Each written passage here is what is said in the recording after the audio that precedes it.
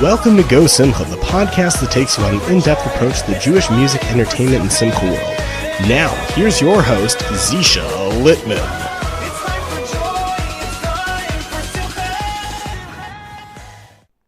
Hey guys, thanks for tuning in to this week's episode of GoSimcha, the podcast. We had so much fun recording the episode, but it couldn't have been done without the help of our sponsor, Karen Simchas Chassan V'Kalas. We're going to take a minute to hear a little bit more about them. The following episode of GoSimcha, the podcast, is proudly sponsored by Karen Simchas Chassan V'Kala. Karen Simchas Chassan V'Kala was founded over 25 years ago and is based in Brooklyn, New York. KSCVK helps widows, orphans, and people who are in dire need of marrying off a child. Working through their network of vendors, KSCVK ensures that every wedding is just as special as the next. Run by world-renowned party planner Devorah Benjamin, KSCVK takes care that each wedding is as elegant as the next one, ensuring dignity and class through every wedding that they put on. To donate to KSCVK, please visit their website, kscvk.org, today. That's kscvk.org, and help make someone's wedding special. Welcome back, everybody, to another amazing episode of GoSimcha, the podcast. Now we're kicking it off with episode 39. 39 episodes with over 60,000 people listening on a weekly basis. We really appreciate you guys as our fans. It's so cute. You know, every time something goes wrong on our side with technical difficulties, we get a flood of emails from people asking where the show was. It actually happened last week. We apologize. We forgot to put up the link for episode 38 featuring Donnie Gross. So this week, please God, we won't make that mistake. But anywho, on the topic of mentioning Donnie Gross, he just put out Kumsitz in the Rain. It's a perfect album to listen to for Sphira. And we actually have one of the people who sang on that album. He's sitting down with us today on our show. He has a wonderful song on that album, which I have stuck in my head all day. I've been singing that niggin all day.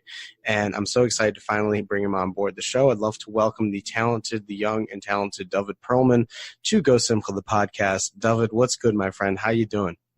Baruch Hashem. How are you, Zeesha?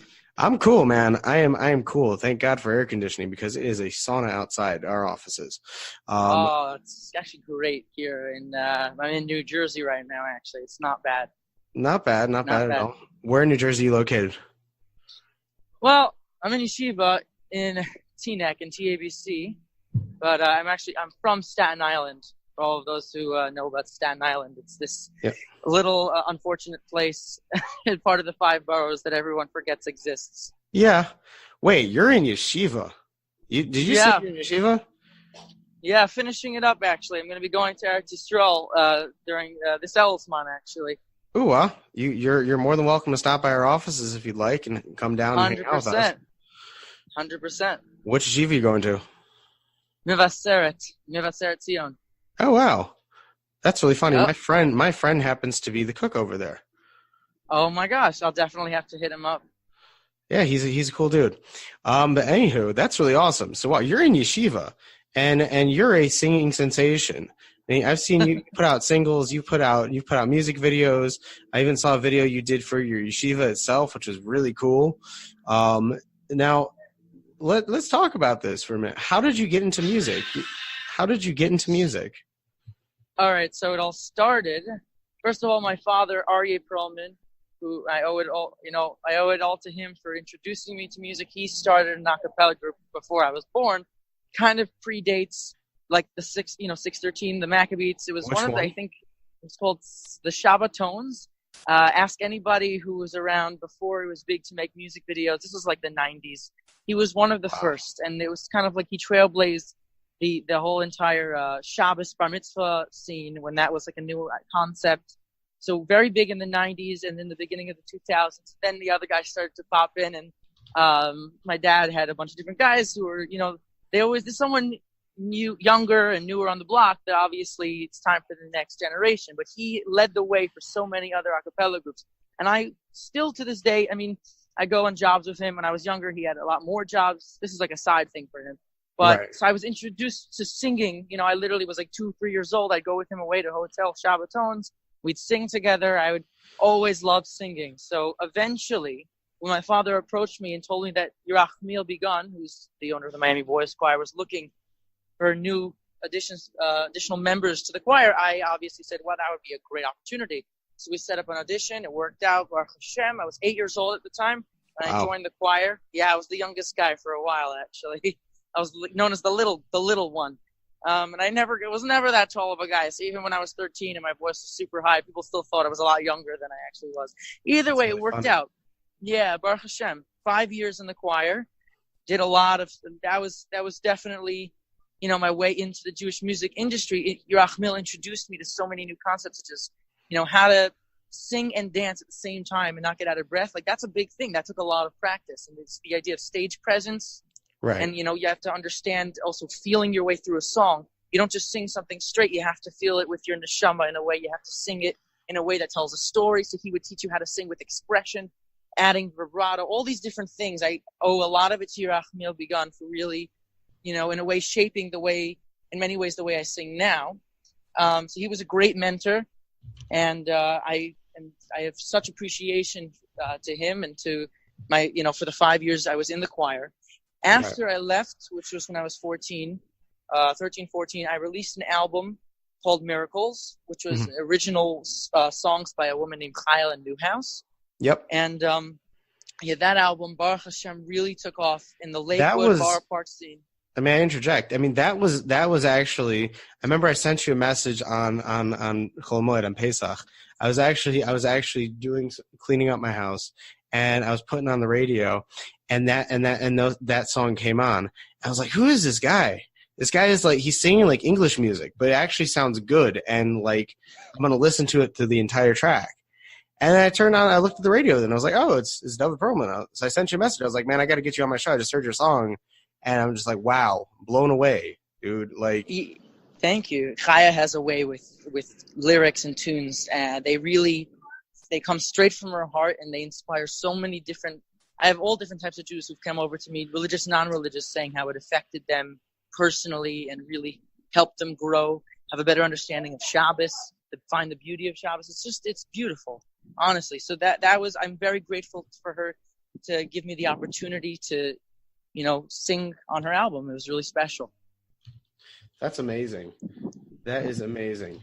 Now, what I was listening to, like I said, I mentioned to you before, like I have your song stuck in my head that I heard on Kumsitz in the Rain, the Lichadodi song.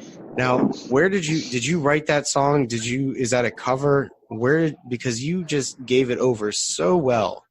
And like that's part of what was amazing about that album. I was talking to Donnie about this last week, is that it's real raw musical talent. It's not like beats and a bunch of different people singing a cappella. It's like real raw musical talent. And every single person on that album, like you can feel it. It penetrates you in the right place. So what's up with that song? And I have to say you did it very, very well. I appreciate it. Thank you. Mm-hmm. The album, I have to tell you, all the songs were written by Baruch Levine. Right. Who's seriously an amazing songwriter. These songs, a lot of them came from various albums over the years. And this particular song was from an album he released already a few years back called Touched by a Nigun. Right. It was a bunch of different nigunim, and this was one of the songs that were put on the album. Donnie Gross and I had worked together on various projects, various singles, various other school projects. Let's say I was doing a track for some schools have reached out to Yeshivas for their dinner. They wanted to do an original song, so they hired me to sing for them. And Donnie Gross is usually my go-to guy. It's not too far away, and he's just a wizard when it comes to the studio. I call him the studio whiz. Like, you go in, within an hour, he can have a whole production. He's so fast. This song, Donnie reached out to me saying that he wanted to put me on the album, and I, of course, you don't say no to Donnie. Donnie's the best. Anything for Donnie. And also, it's a Baruch Levine song, and Lecha Doidi, and I heard it. I knew this song already for a while. It's been out there. It's a really special song. I connected with the words. Sometimes, even if it's a great opportunity, I need to connect with the song if I want to, hit him up on the offer. I listened to the song. I'm like, yeah, this could work. So we were in the studio. We tried it out, and it was so amazing to see it all come together. I actually recorded it separately with the kids. There's kids on the track doing background harmonies. So we used a piano track that led me to sing it. And then when you remove the piano track, it was just a bare vocal. I'm just like, oh, wow, it's very raw. And then the next time I heard it, when he sent it to me a week later with the kids, it was like, oh, my gosh, you hear the full the amazing. It's like a symphony of voices of these young kids who have such amazing. I don't know where he gets them from, honestly. Incredible. Right. And I have to say something about this song. Baruch Levine called me a few days ago. I like, who is this? Like, it's like, hi, this is Dovid. This is Baruch Levine. I almost dropped my phone. I'm like, oh my God. Right. Yeah, and he's just like, I wanted to thank you so much. And this song, when I heard the way you did it, it really, I felt you did it justice. It was, I got my blessing from Baruch. I was a So good that's thing. what I was going to say. Has anybody ever told you sound strikingly similar to him? I love Baruch. Baruch was a great guest on our show. I had a lot of fun with him. And as I say, has anybody ever told you that you sound strikingly similar to him? Like the way you Baruch Levine? pitch? Yeah. I think you'd be the first, but I heard it a little bit. I think I may have been trying to channel a little bit of Baruch in there just because, that's kind of the way I hear the song, because I can't imagine it with anyone other than Baruch. So it was a large undertaking. I wanted to do the song justice, and I wanted to make sure he would approve. I tried to put in some of my own knishes, but I also wanted to stay true to the original. So maybe that's why it sounded strikingly similar to Baruch. Also, it could help because we both have pretty high voices. Right. He was way higher though. Oh no, he's good. He's like real good. And that's amazing. And like like hearing that song and hearing your cover of it, it really struck a chord. No pun intended. But it was amazing. Now I've seen some of your music videos. You seem to put out a lot of music videos, and in some of them you're actually playing an instrument. Do you actually play the keyboard? Do you actually play instruments, or you just doing it for shtick in the video? Well, I do play keyboard. I do play piano. I'm playing for Awesome. like 5 years. Longer now. I keep saying 5 years. I have to change that number. Wait, I've started. Okay. I started in pre-1A, Wow. taking lessons. Yeah. I was like 6 or 7. I stopped taking lessons when I was like 13 or 14. Since then, I remember my piano teacher, she's the best. She had the best patience for me because I couldn't sit still, and B, every time she would teach me a song, I would memorize it. See, because I have this ear for music, and I'm much better at listening to a song and then just playing it by ear than reading music. I know what you mean. Yeah. I'm the same way. I actually play music. I play instruments. I play saxophone, guitar, drums, keyboard. Wow. I actually know how to write, and I've done theory. But I played saxophone for almost 12 years, since I was from grade 5 to grade 12. And I found, honestly, that reading music wasn't that exciting. And so when I started learning guitar, I was like, okay, I want to learn this song. I listened to a song, and I'm like, okay, let's pick out the chords. Let's pick out everything. And that's also, I'm the same way. Like I'd rather listen to something once or twice, memorize it, pick out the melodies, pick out the beats, the tempo, etc., and then just go with it. And that's kind of how I do things. It's a talent. It's a real skill and a real talent to be able to do that. And someone like you. Yes and no. There's plus to also reading. Yeah, no, for sure. But like somebody in your position where you're multi-talented, where you can sing, where you can read, you can play, it's amazing. And like it's fun. Now when you're in those videos, you actually playing the instruments, or you're just playing nothing. Well, when you're doing a music video, obviously nothing's live in the end. You can't. I mean, unless you're doing a live music video. If you're doing, let's say, one of these recordings of this wedding gig, sometimes they'll have a live recording of the instruments, of the vocals, and even then sometimes I'm not going to say, I don't know anyone specific who does this, but I can tell you there's more than one artist who probably dubs in their vocals afterwards, makes it edited. I'm Things sure. are edited. You want it because you got to give the best commercial possible. Then it's totally understandable. I get that. And no, it wasn't live. It was, in fact, the pianos that you heard in that video were played by my much more talented piano playing friend, Seth Meza. His name is Seth. He's so awesome. He's in the TABC video. He's the redhead kid. Nice. When I did a video for my yeshiva, he's the I guy saw that. playing. Yeah, so he actually sent me the song, the video where you saw me playing keyboard. That was the song I did with Tzvi Silberstein called Modim. Right. Yeah, he showed me that song when it was just like a stripped down piano and just like a light beat, and I kind of took it from there, and I added words, I added a tune. And so very often, sometimes if he'll give me a bare song when it's just some chords and a light little melody, and I'll embellish on the melody. And that's how we work together. We're like a dynamic duo kind of songwriting team. That's really cool. That's really, really cool. Man, I'm blessed to have a friend like Seth, yeah. You're very talented. You're very, very talented. Now, I see that you also do weddings. How does that work with your yeshiva schedule? I've seen on Instagram that you've done some weddings, you've done some events. How does that work with the yeshiva schedule? What are you telling the Rosh Yeshiva? Like, Well, first of all, the yeshiva in itself, it's I go home every day. So it's not, there's no dorming situation going on here. It's much more simple. I mean, it's a long day. It's 7:45 in the morning till like 5:30 at night, and to get into Schlepp from Teaneck to Staten Island, let me tell you, not the easiest. But you sleep. I take a pillow. I sleep on the van. It's not so bad. There's a van to my house, door-to-door service. Oh, wow. And, and so if it's a wedding, sometimes it's on a Sunday. There's no yeshiva on Sundays. So unless there's a special programming going on or a special shiur, it works out. And if I sometimes, very, very rarely do I have to leave early. If I do, they usually understand. You just let them know. That's really cool. You're like the only wedding singer out there who's still in yeshiva. That must be fun. I mean, you must have fun with that. Weddings are a lot of fun. There's nothing like reading the Baalei Simcha. You see them smile. You know, you got it.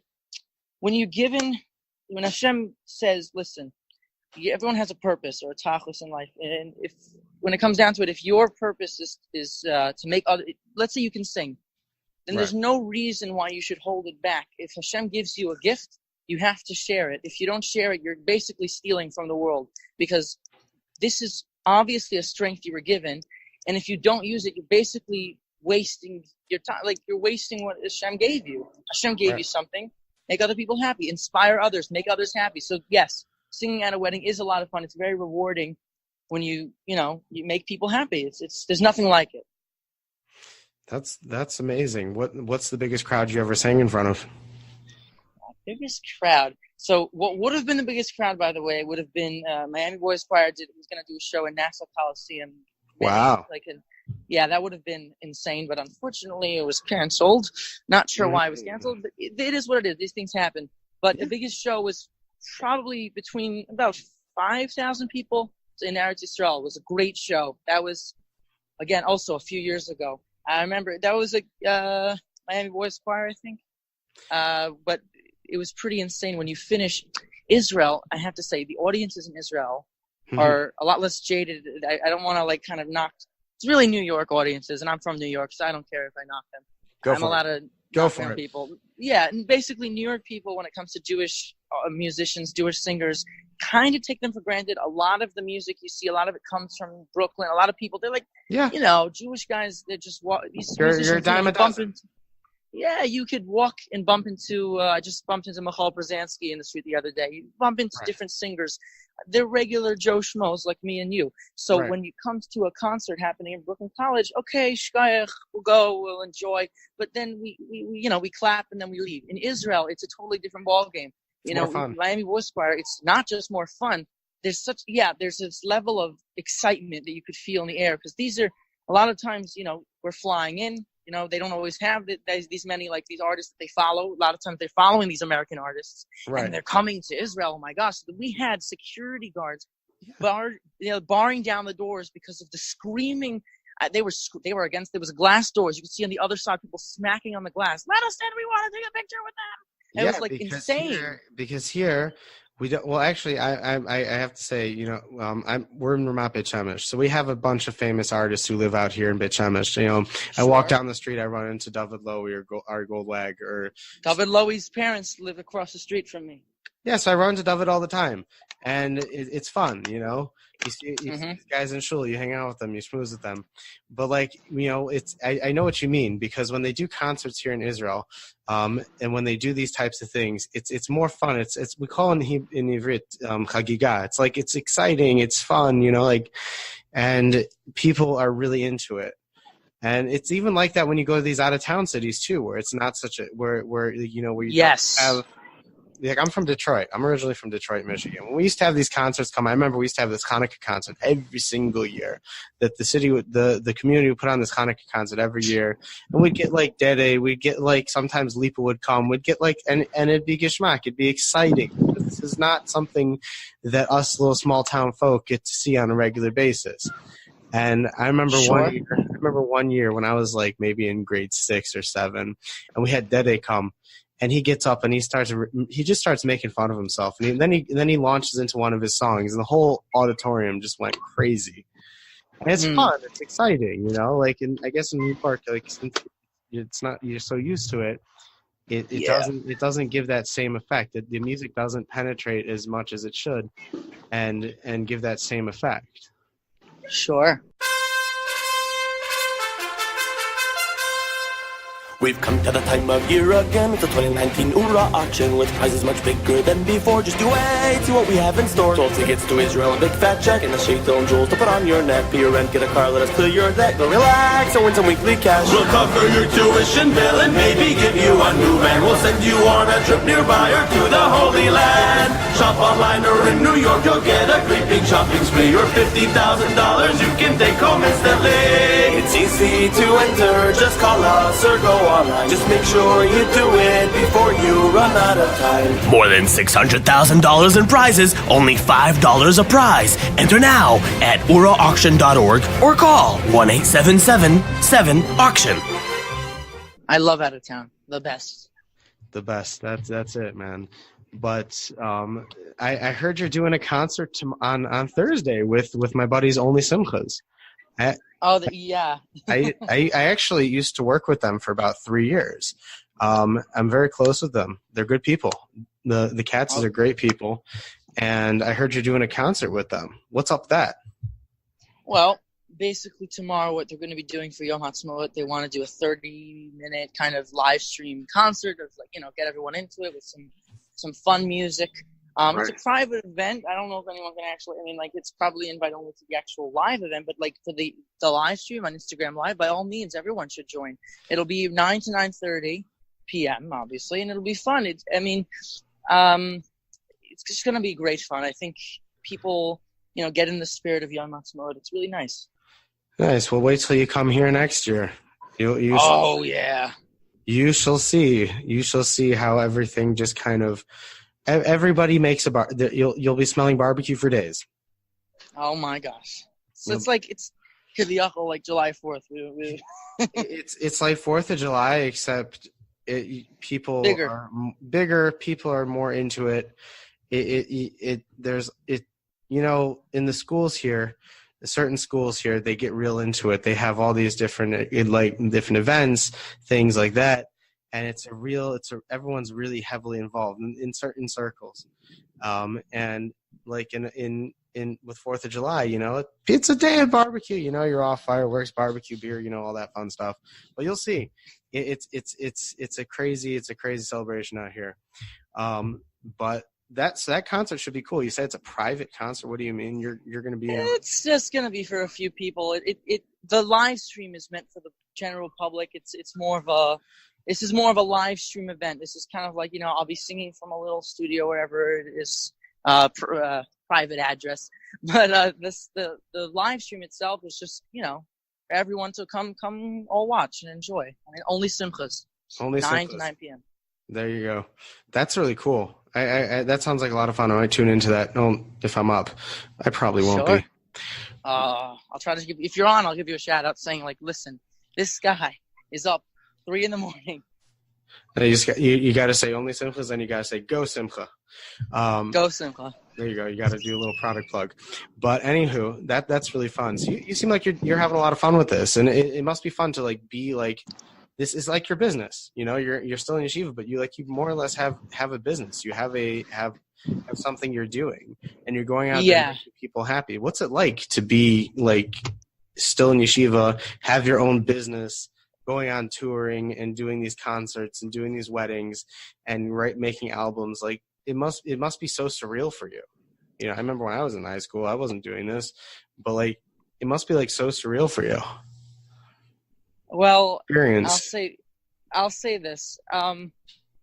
It's kind of, obviously you have to prioritize, right now at this point of my life, prioritization is on, focusing on self-growth, friends, family, learning Torah, and, keeping your head in the game and not getting so deep entrenched into the new music business at this point. Right now, what I'm doing it's not so overwhelmingly taking up my schedule. Obviously, I allot time to it, but I keep myself very scheduled that I don't let it, the business kind of seep into, when I'm busy with schoolwork, with yeshiva.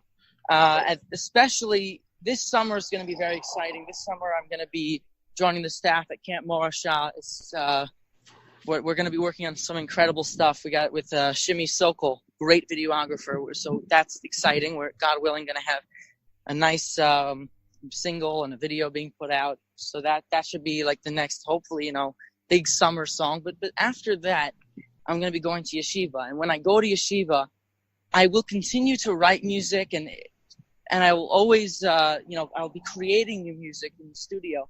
But when it comes down to it, you got to focus on you got to keep your head in the game on what's very important. Right. You have an advantage, I suppose, because you can really in your career, since you're so young, you could really go ahead and just like sit and go learn and focus on your learning and focus on your growth. Yeah, and when you come back, then Exactly. I have it all set up to when you come back. God willing, I hope to be able to pursue this at least for a few years full time. We'll see. I don't like to put all my eggs in one basket. There's so many other things I like to partake in. At this point, my biggest thing that I do in my free time is I work on my music. And that's great. But you got to keep your head in the game and you got to also plan for the future. So listen, if I see it's working out, if Hashem wants me to continue going in this direction, then by all means. But you also got to stay realistic. And so that means you got to make sure it's working out for you, plan it out. 100%. You got to be real. And I think that's incredible that you know where you're holding and you know what you want to do and you know where you want to be, and that but you have this outlet for yourself, regardless if you're using it as a means for parnasa. You had this outlet for yourself as a way to relax and to keep your creative juices flowing in your brain and really stay on the ball in that aspect. It's incredible. You should be mitzliach, like tremendously. Now, what other projects do you have in the works? What other things are you currently working on? So among the projects that I'm working on, there's a lot of focus right now on, I want to make a smash summer hit song with a great video, something, definitely on a higher caliber than what I've previously done. And that's, I'm putting a lot of my, focusing on that, also along with various jobs along the way. But I started a crowdfunding campaign to crowdfund an album. Now, This isn't a rush. This is something I've always wanted to, come out with a second album. Albums are really, really, really expensive, and I just think that it's great if everyone could donate whatever they could. It's kind of donating to an artist is, in many ways, it's one of the greatest things you could do for an artist. You're supporting an artist so he can give back to you the art that they create. Now, there's no rush in this. This is something you could take a few years for all I care. It could take less than a few years. It could take a few months. Right. When it comes down to it, there's a plan. I have a plan, but I'm not rushing it. I want this album to be quality. I want it to be memorable. So if that means I have to take a few years at it, then by all means, I'll continue to do jobs. I'll continue to go around and inspiring people and working on new music. Now I have all the songs. The songs are written. Everything's ready for production. So now I'm crowdfunding. I'm not pushing the crowdfunding. Whenever I do a show, a lot of times afterwards, I'll give a little shout out about it. If somebody wants to help it, crowdfund it. Right. But it's a community project. It's kind of like we're all in this together kind of thing. Kulana biyachad. Kulana biyachad. And new music is constantly on the way. I'd also like to start looking into doing a tour. That would be very exciting. I want to kind of see if we could get something in for the summer. We'll see. That's really cool. Now, I suppose you answered my next question. You seem like you're more of a fan of albums than singles. I do a lot of singles. I think it's time for something a little bit more. But, what were you going to say? I find I ask this question to all my guests: what are you in favor of more, an album or a single? And a lot of people, it's kind of a mixed answer. I personally think albums are incredible because each track on the album tells a different story about the album as a whole, and it depends really. Yeah. I'll tell you. You can have albums that are put out and they seem rushed. There's 3 good songs on it. The rest are really, as I like to say, filler songs, not memorable filler songs. You want to take your time. And so that's why I'm really like, if it takes 3-4 years, I don't mind. I want it to be that each song is painstakingly produced to the highest level possible. And there have been, some albums I've heard that really you could hear the work put into it. And it's the blood, sweat, and tears, as they say, putting it all together. It's a challenge, but once it's done, you'll feel much better putting out an album that you worked really hard for than an album that was rushed. So yes, that's when an album is better. If not, if you're kind of just working, also you can put out singles. If you're not in a rush, you can put out single after single. I love when artists do a pre-release. They have an album, and then you slowly. All the tracks are slowly become available after a few months. So that's also interesting because then you could have people pre-order the album, see if you get enough funding through that. Let me tell you, none of the musicians nowadays, very few, make, all their parnassa from album sales. Oh, I know. Album sales, yeah. We're up to 39 episodes on this show, and I've talked with all your contemporaries, and it's a very big problem, and it's a chaval. Because, people get in the mindset like, oh, I'm paying Spotify, so therefore I'm helping the artist. But in essence, you're making like pennies on the dollar, and it's correct. You're not making a parnassa. Chaval is not such a platform where the artist would make 90% of the profit, and and the other 10% would go back to running the platform. And maybe someone should work on something like that. But it's agreed. It's a chaval. And then like you get on these other platforms and other places, and it's just you don't make. And the albums, it's not like in the secular world where people are giving you in advance and fronting you money to create the album. You're laying out everything yourself. So you're hoping and you're davening and you're saying, please Hashem, let me be matzliach with this album. And then people are streaming it. Like we had Choni Maleki on the show a couple months back when he released The Great Farby, and he said, people were getting the album on like WhatsApp groups and Telegram groups before he got in the store. That's not good. That's very rude. Right. And it's that's pirating. Nothing worse. Yeah. And it's funny because Donnie was telling me what his biggest pet peeve is exactly this, and he was telling me how like he specifically does not put his albums up on Spotify and up on these streaming sites until like he sells off the initial copies. Because, that's the best move. You don't want to rush these things. You try to get as much. It's really a business card. That's all it is. You do it so you can get jobs. The jobs is where the money's at, and that's where the parnassa is for the artist to be able to create new music. So it's really it's a cycle, and there's a level of, if you want to see more artwork, more music being put out from artists, then by all means you should support them. You should buy their album, and you should hire them for your next simchas, your next gig. But when it comes down to it, you got to keep them in mind like that. That's how they can do it. Well, that's part of the reason why we love doing our shows, because we get to showcase all you guys and give people a better insight and understanding of who you are. And that's why we also have our platform, GoSimcha.com, the one-stop shop for all Simcha vendors.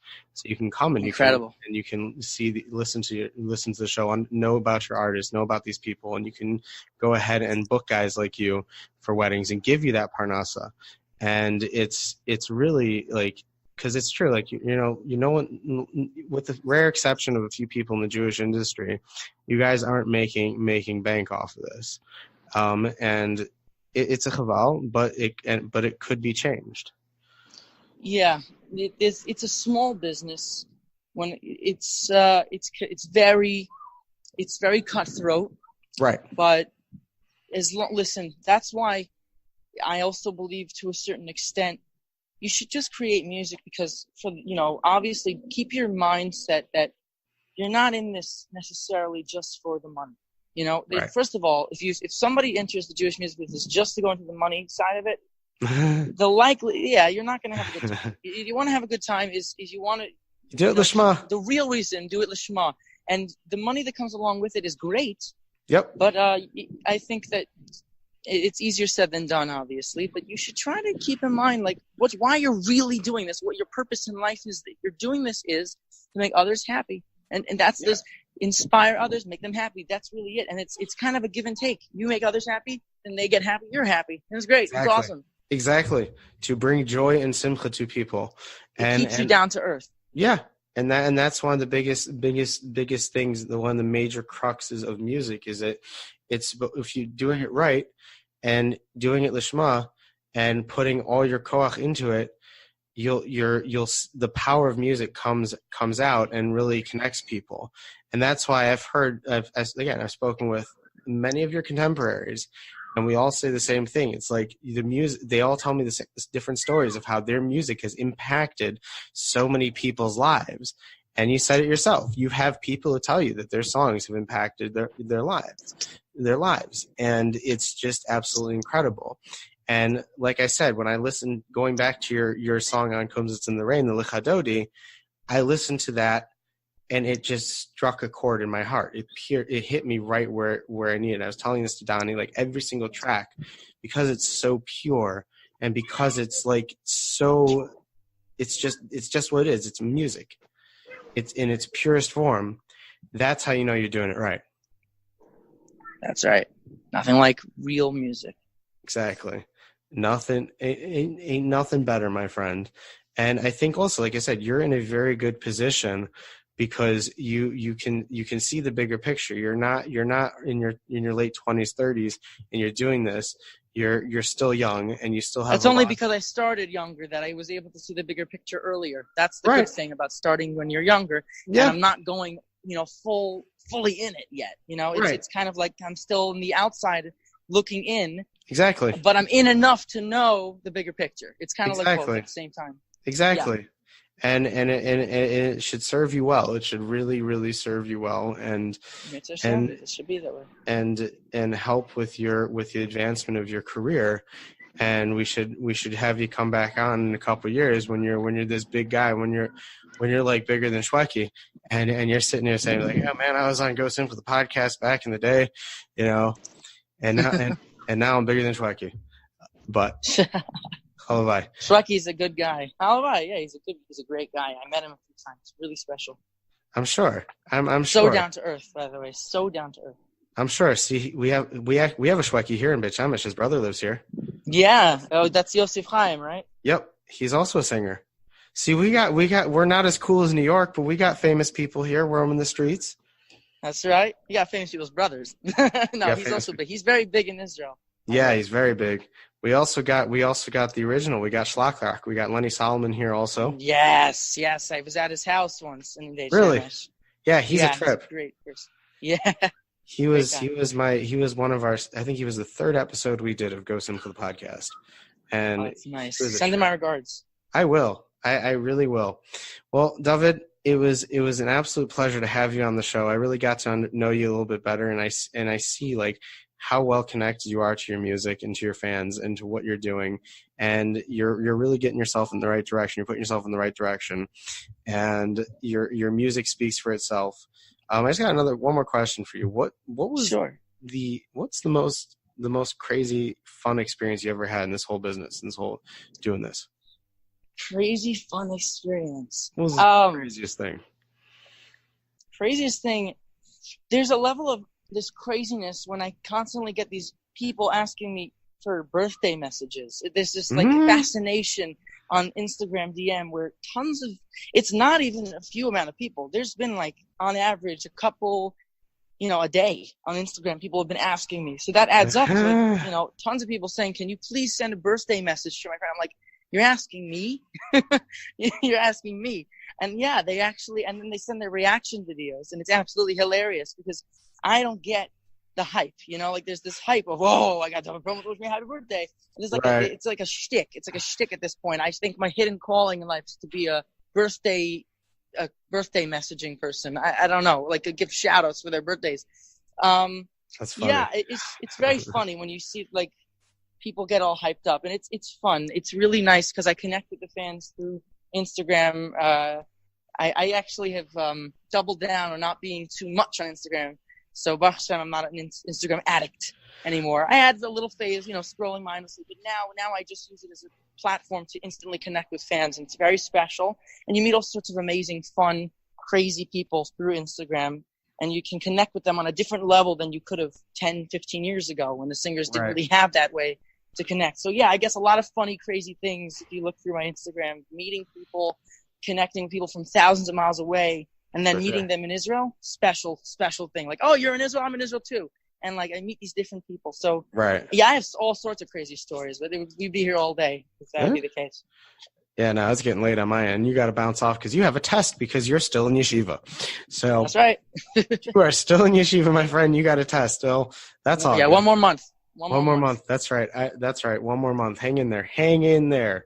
I will. Are they going to get you to sing at your graduation? Are they be like, hey, you know how to sing. You wanna come up here and do that? It's very possible. Sometimes they kind of throw it on me the last thing. Like, oh, Dovid, get up there. Like, Anyway. I don't know how to sing.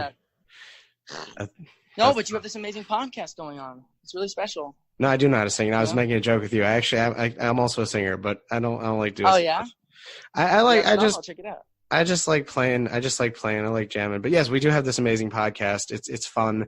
We like to go behind the scenes of the Jewish industry to understand you guys, to really get a better perspective. Because at the end of the day, you guys are people too, and you have stories. And you're not just fun. You're not just these guys who go out there and start dancing and singing on stage. And at the end of the day, you go back to your limo and tune the world out. You're real people. Limo.